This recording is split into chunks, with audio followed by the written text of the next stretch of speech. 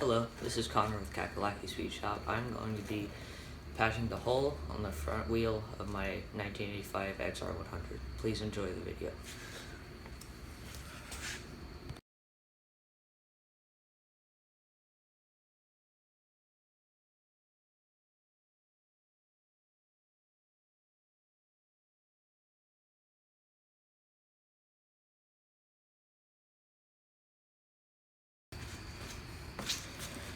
Alright, so now I have this rod that I've bent to fit the curvature of the wheel, and now I'm going to cut it off and then weld it in the hole.